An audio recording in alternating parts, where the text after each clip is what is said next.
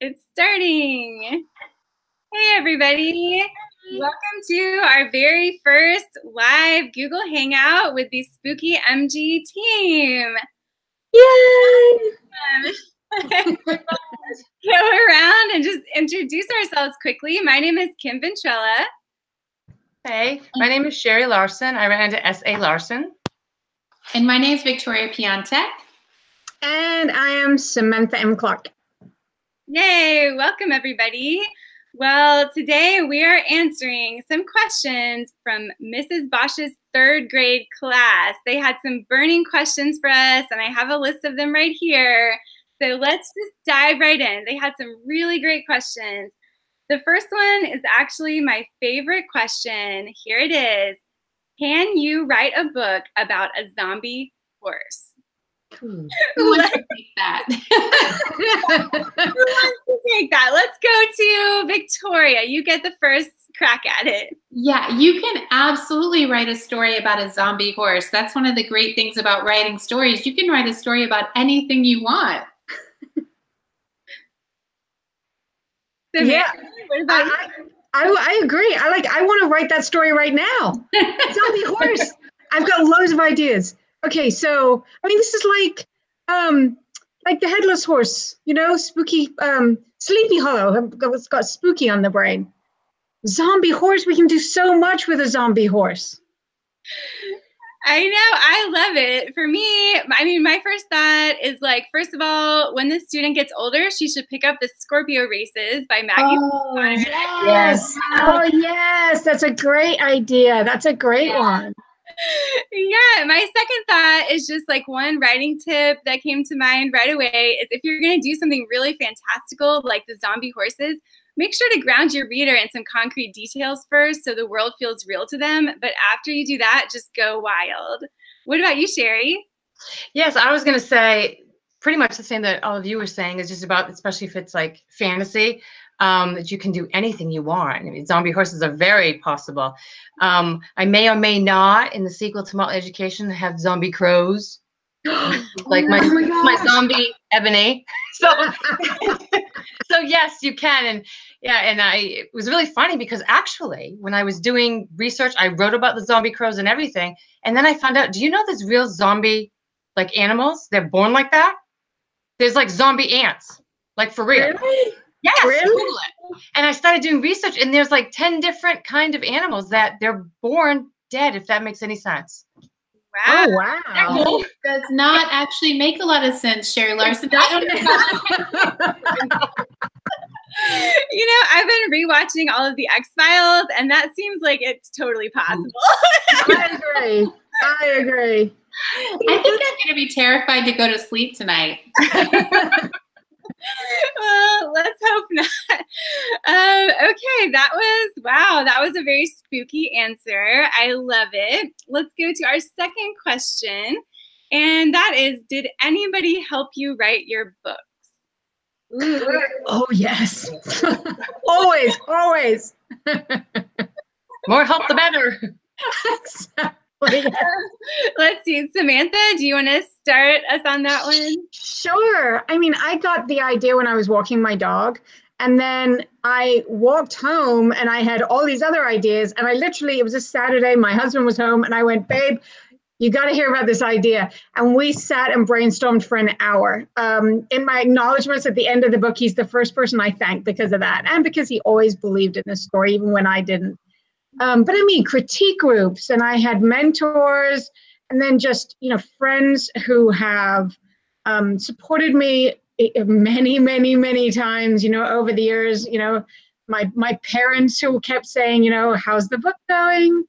All of that. So yes, I mean, on the one hand, when you're a novelist, you are in charge of that book. Oh, plus my agent, my editor, my publisher, but then you are in charge of, you know, it's your idea, it's your vision. But I don't know how anyone can do it without more help, you know? What about you guys?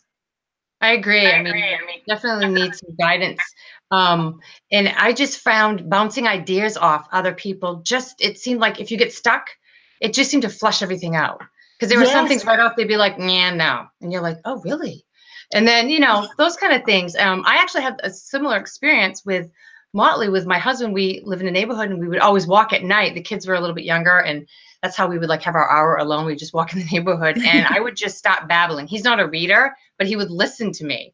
And he kept walking, so he didn't fall asleep. So, and I would bounce those kind of things off him. And it was just interesting to hear feedback like, oh, that sounds cool, or I don't know about that, or what have. And like you said, critique groups those people are the best. Yeah. You know, they're honest with you, and it's like a safe place. You know, that criticism, it's okay. You know. Yeah. Yeah. And then you take what you can from it, and you just make the story better. Yeah. Yeah, I have my sister is always my first and my last reader, I say. She's the first person I give stuff to. She's also a writer, and so she gives great, great advice. And then she's always the person who reads it the last time through. And I feel like when she's okay with everything, then I feel like it's good because she is my best critic, but also she's my harshest critic because there's nothing like a sister to tell you all the truth in all the world. So she always tells me everything that she thinks is working and everything she thinks that isn't.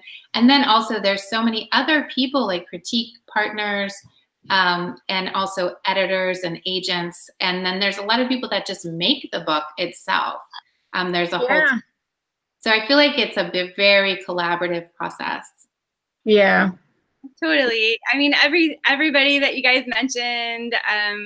Also, I know a lot of us are into some organizations like the Society of Children's Book Writers and Illustrators, and a lot of the fellow writers and critiquers are from that group. So that's important. Also, like we mentioned, the people who make the book and the illustrators. Some of my favorites are the illustrators. The UK edition has really cool illustrations by Victoria Asinelli for a skeleton tree, and they're just some of my favorite things.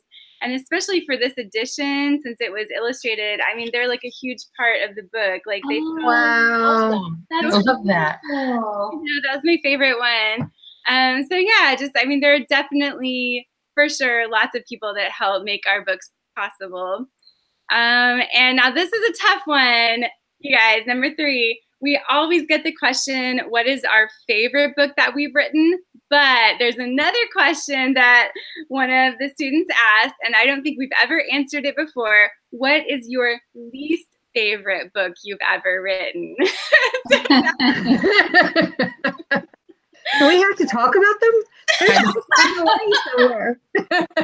I know, it's really hard.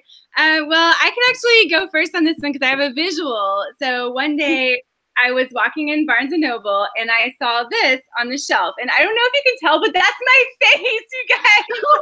That is like basically my face on a book. And I was like, that is so weird. And I like looked up the artist, and at that time, all it said on his profile was like, this guy might be watching you. I was like, yeah, he was watching me. And he was and so I had an idea for this adult mystery novel where the main character discovers this book with her face on it. And then, of course, it turns into like a stalker story. And it was just really poorly executed. I like never go back and read it. It was like a really good concept, I think, but I just did a really poor job of it. So that's probably my least favorite one. Who shall we pick on? Let's pick on Victoria. So I tried my hand a couple times at a couple of picture books that were just so bad. Their picture books are really, really hard, and I love them and I read them all the time, and I'm such a fan of them. But I wrote a couple that just were so, again, poorly executed. You just want to hide them underneath a pile and not let anyone ever see them again. So that I don't have a creepy visual for it. I've actually hidden it away, so no one can see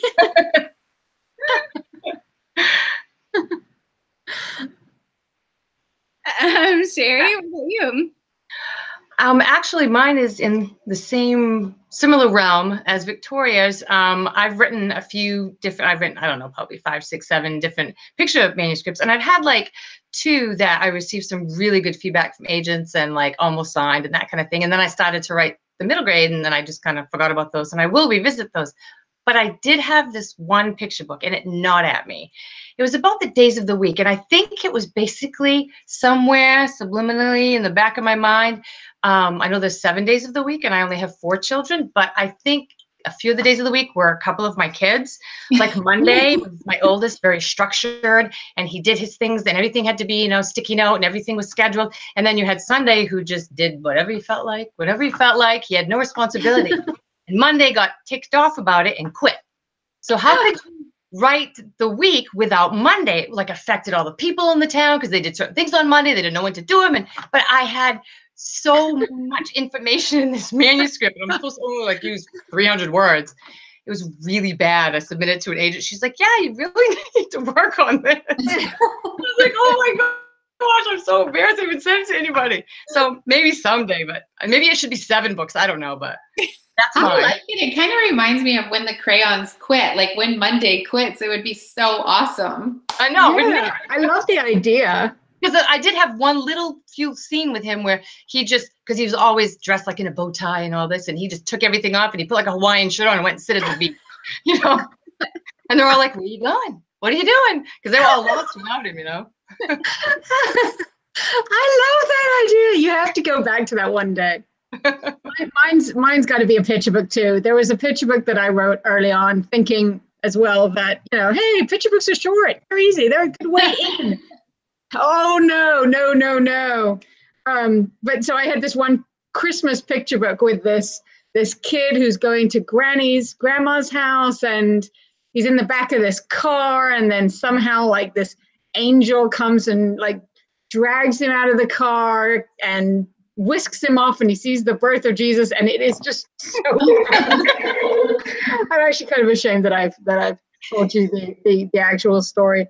But yeah, it was like 1,500 words and just so bad. They were like talking sheep, and that's one I'm definitely I'm never going back to that story. Yeah. But one of the important things about this question is it just shows that we just had to keep trying.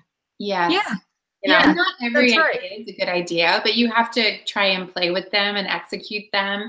I love how vivid yours are. I just totally blocked mine so far out of my mind. I can't even bring up what it was. I was like, I can't even think about it. Oh, funny. Well, I guess we might be running out of time, you guys. So let's go with our final question. Is your favorite holiday Halloween?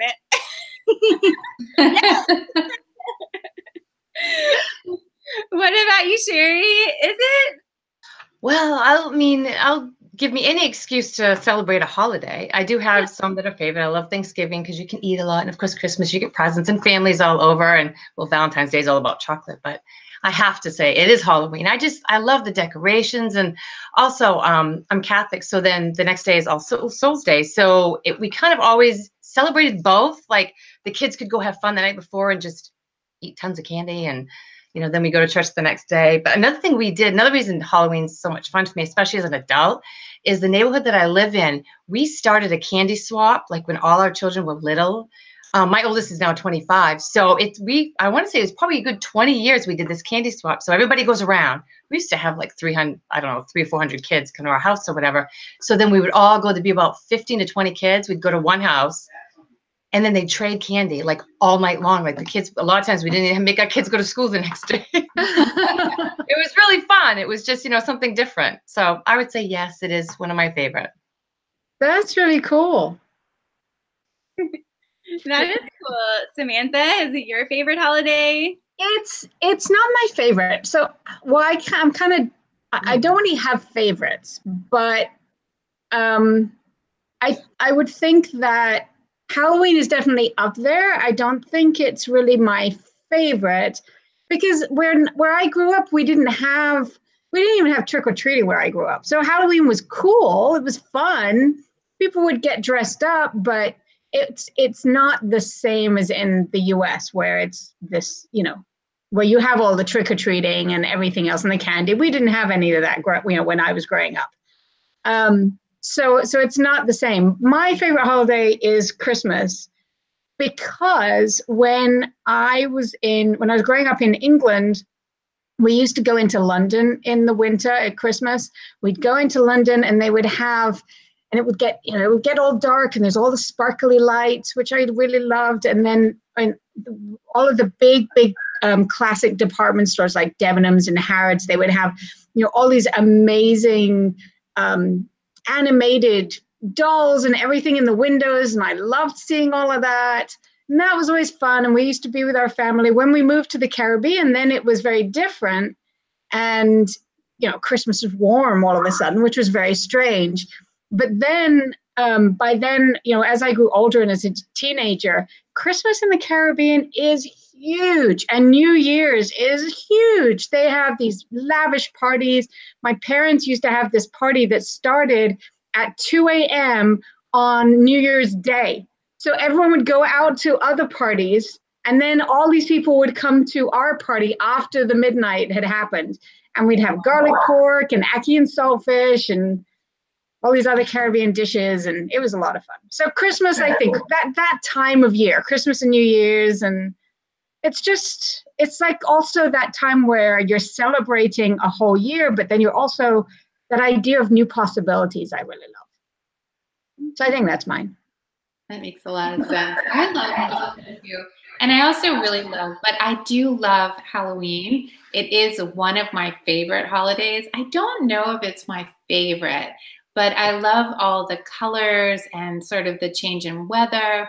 And I love Halloween night and trick-or-treating. And in our neighborhood, they actually close off one of the streets and the kids walk around, and the idea of dressing up. And I just think it's a really fun holiday.